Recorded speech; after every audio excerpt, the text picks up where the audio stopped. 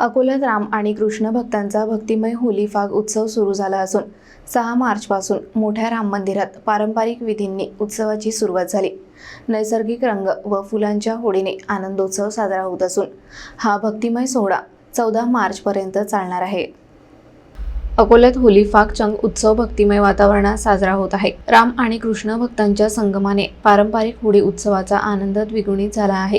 6 मार्चपासून मोठ्या राम मंदिरात या भक्तिमय सोहळ्याची सुरुवात झाली असून 14 मार्चपर्यंत विविध धार्मिक कार्यक्रम होणार आहेत। शहरातील राजराजेश्वर नगरीत संत गजानन महाराज यांच्या पावन स्मृतीने पवित्र झालेल्या मोठ्या राम मंदिरात विशेष पूजा अर्चना आणि आराधनेने कार्यक्रमाची सुरुवात झाली। या सोहळ्यात पुष्करणा चेतना समिती, राधाकृपा सत्संग मंडळ, श्रीराम हरिहर संस्था, सुप्रभात सत्संग मंडळ आणि श्री जानकी वल्लभो धर्मार्थ संस्थेच्या सहकार्याने विविध कार्यक्रम संपन्न होत आहेत। फुलांची होळी, पारंपरिक भजन आणि नैसर्गिक रंगांनी हा उत्सव पर्यावरणपूरक आणि सामाजिक समरसतेचा संदेश देणारा ठरतो आहे। श्रीरामे सती दादी मंगलपाठ, महिला सत्संग मंडळ आणि देवपाठी ब्राह्मणांच्या मंत्रोच्चारात भक्तिभावाने हा सोहळा पार पडत आहे।